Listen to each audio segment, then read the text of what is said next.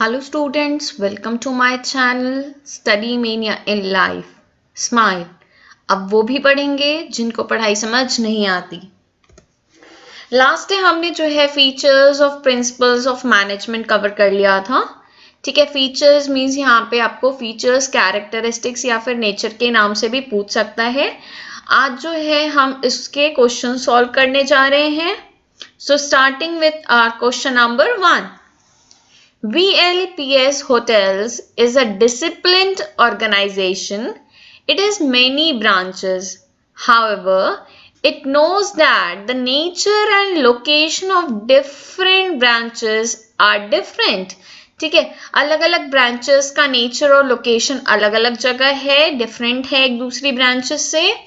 They work under the impact of different cultures and work environments. तो सीधी सी बात है, अगर लोकेशन आपका अलग होगा तो फिर कल्चर्स भी क्या होंगे, डिफरेंट होंगे, एंड वर्क एनवायरमेंट भी क्या होगा, डिफरेंट होगा. Even then discipline as an important management principle is applied to all its branches. उसके बाद भी ठीक है, जितनी भी ब्रांचेस हैं वहां पे डिसिप्लिन अप्लाई किया जाता है, चाहे वो बिग ब्रांचेस हो या स्मॉल ब्रांचेस हो, विद इन द कंट्री हो या फिर फॉरेन लोकेशंस में हो.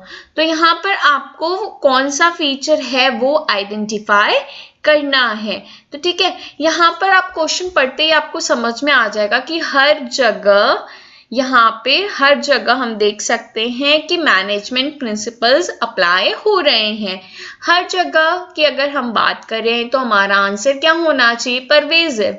तो हमने features of principles of management जब पढ़ा था तो परवेजिव हमने यूनिवर्सल एप्लीकेबिलिटी में पढ़ा था. तो इसका करेक्ट आंसर क्या होगा, यूनिवर्सल एप्लीकेबिलिटी. और हाँ, अगर आपको यूनिवर्सल एप्लीकेबिलिटी नहीं याद आ रहा है, परवेजिव याद है, तो आप यहाँ पे एग्जाम में परवेजिव लिख सकते हैं. But appropriate answer according to your NCERT क्या होगा, यूनिवर्सल एप्लीकेबिलिटी होगा. Question number 2.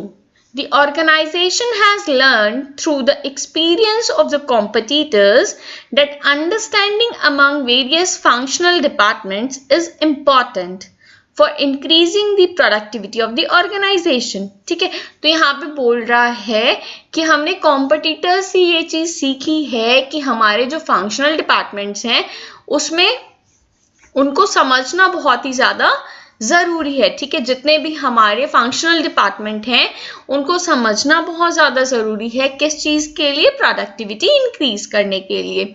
So broadly it can be understood how such body is going to affect the organization through others experience. तो किसी और से हमने सीखा उसको हम अप्लाई कर रहे हैं. ठीक है, सीखना एंड अप्लाई करना means cause and effect relationship. तो ये कौन सा फीचर है आपका, ये फीचर है आपका कॉज एंड इफेक्ट रिलेशनशिप का. Yes. Question number 3. When it comes to remuneration of employees, the organization adopts payment of different salaries from the same post.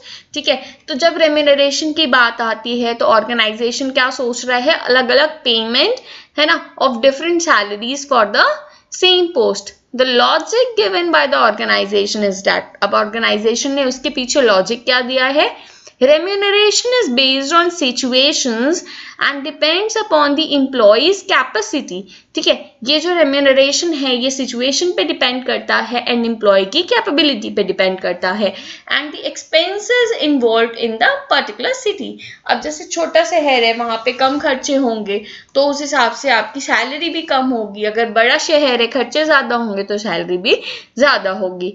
Identify the feature of principle of management highlighted above. इसका answer क्या होगा, contingent. क्योंकि ये आपका कुछ भी certain नहीं है, ये फ्यूचर से रिलेटेड बात कर रहा है. यहाँ पर आपका कुछ भी डिसाइडेड नहीं है कि कितना होगा, अभी हम सोच रहे हैं एंड ये अलग अलग सिचुएशन में वैरी कर सकता है. इसलिए जो है इसका आंसर क्या होगा, कॉन्टिजेंट होगा. Question number 4.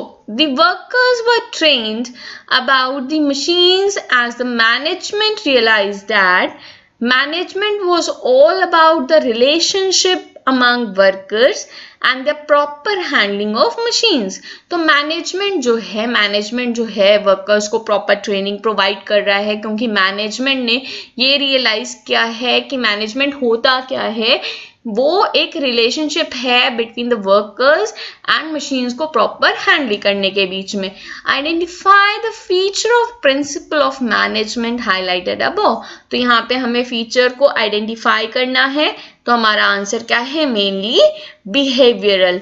तो यहाँ पर आप वापस से क्वेश्चन देख सकते हैं, रिलेशनशिप की बात कर रहा है अमंग वर्कर्स एंड मैनेजमेंट. ठीक है, तो इसका आंसर क्या हो जाएगा? मेनली बिहेवियरल, क्योंकि ये बिहेवियर से रिलेटेड बात कर रहा है.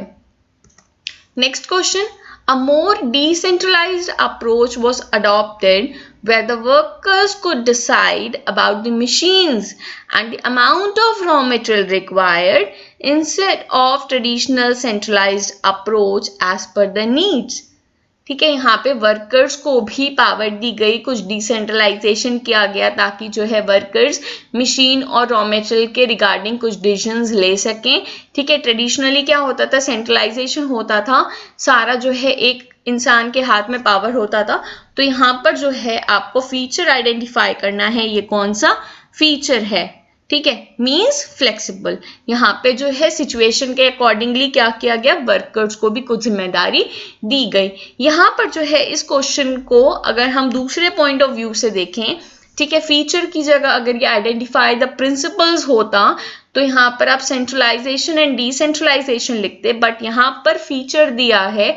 ठीक है, तो यहाँ पर आपका आंसर क्या हो जाएगा? फ्लेक्सिबल हो जाएगा. अभी तक मैंने जो है आप लोगों के साथ प्रिंसिपल्स डिस्कस नहीं किए हैं. आने वाली क्लासेस में मैं 14 principles पढ़ाऊंगी along with the tricks, so do not miss that video. So moving on to the question number 6. In order to meet stiff competition, they clarify to the workers that the instruction should not be taken strictly and should be molded as per the requirement of the organization at the level where actual action takes place. ठीक है, तो यहाँ पर क्या बोल रहा है? हमारा जो स्टिफ कंपटीशन है, ठीक है, मार्केट में कंपटीशन बहुत ज़्यादा है, तो इस स्टिफ कंपटीशन के दौरान क्या करना है? वर्कर्स पे बहुत ज़्यादा स्ट्रिक्ट नहीं होना है. ठीक है, सिचुएशन के हिसाब से एज पर the requirements of the organisation जो भी है इंस्ट्रक्शंस उसको मोल्ड करना पड़ेगा, थोड़ा चेंज करना पड़ेगा. ठीक है, जहाँ पे हमें एक्चुअल एक्शन परफॉर्म करना है वहाँ पे हो सकता है कि कभी कोई सिचुएशन डिफरेंट हो जाए, तो वहां पे उस रिक्वायरमेंट को चेंज करना पड़ेगा. हमने जो इंस्ट्रक्शंस दिए हैं उनको हमें चेंज करना पड़ेगा. Identify the feature of principles of management highlighted above. So answer is what? General guidelines. ठीक है, इंस्ट्रक्शंस तो हमने दे दिए हैं कि ये हमें फॉलो करना है, लेकिन सिचुएशन अगर थोड़ी सी डिफरेंट अराइज हो जाती है तो वहां पर हम उन इंस्ट्रक्शंस को थोड़ा सा चेंज कर सकते हैं. हमारा जो मैनेजमेंट प्रिंसिपल्स होता है वो बिल्कुल जनरल गाइडलाइंस होता है, कोई भी एक रेडीमेड सॉल्यूशन प्रोवाइड नहीं करता. वो सिर्फ आपको बताएगा कि आप ये चीज़ें कर सकते हैं, बट वहाँ पर कोई भी एग्जैक्ट सॉल्यूशन आपके पास नहीं होता है. आपको सिचुएशन के हिसाब से अपने काम करने का तरीका बदलना पड़ता है. Next question, we are the best public school through in our disciplined organization. It lacks well-defined rules and regulations. ठीक है, स्कूल का नाम तो we are the best public school है. ठीक है, ये बेस्ट पब्लिक स्कूल नाम से समझ में आ रहा है कि डिसिप्लिन्ड ऑर्गेनाइजेशन है, लेकिन यहाँ पे जो है रूल्स एंड रेगुलेशंस की थोड़ी सी कमी है. With the passage of time the management finds out that if there are proper rules and regulations for the students and teachers, the result of the school improves. ठीक है, और थोड़ा सा time जैसे जैसे बीता यहाँ पर मैनेजमेंट को ये चीज़ समझ में आई कि अगर प्रॉपर रूल्स एंड रेगुलेशंस होंगे स्टूडेंट के लिए एंड टीचर्स के लिए भी तो स्कूल का जो रिजल्ट है वो इम्प्रूव होगा. ठीक है, यहाँ पे हमें nature of principles of management identify करना है, मीन्स फीचर या कैरेक्टरिस्टिक्स आपको आइडेंटिफाई करना है. सो The answer is principle of management are formed by practice and experimentation.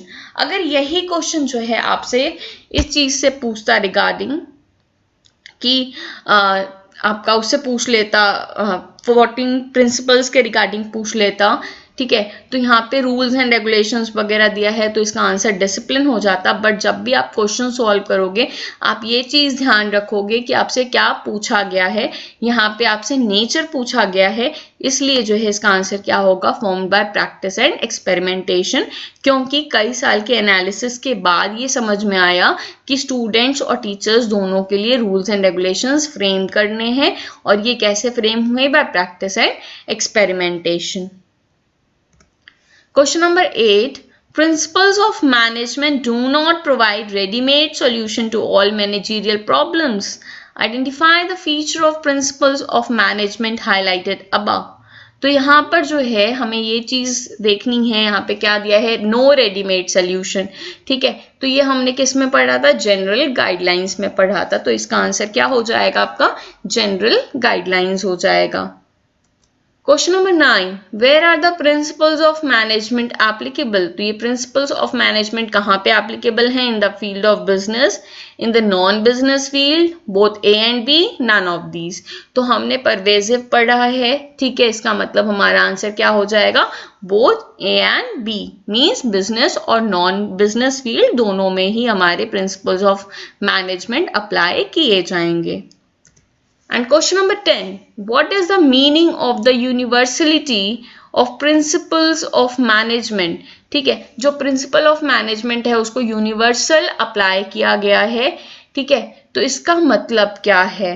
Options are applicable to all the fields, applicable nowhere, तो ये तो होगा ही नहीं, applicable only to business and applicable only to non business. तो अभी हमने last question में पढ़ा है बिजनेस और नॉन बिजनेस दोनों में ही अप्लाई किया जाता है, इसलिए इसका आंसर क्या होगा, applicable to all the fields.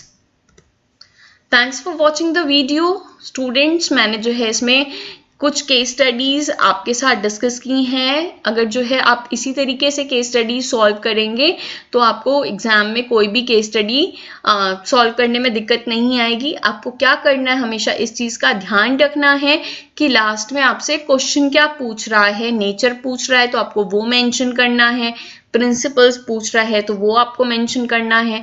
मैंने इस वीडियो में आपको 2 क्वेश्चंस में बताया है कि अगर नेचर पूछेगा तो आपको क्या मेंशन करना है, अगर सेम क्वेश्चन में प्रिंसिपल्स पूछेगा तो आपको क्या मेंशन करना है, ठीक है। अगर आपको स्टिल कोई भी डाउट है तो वो आप कमेंट सेक्शन में लिख सकते हैं।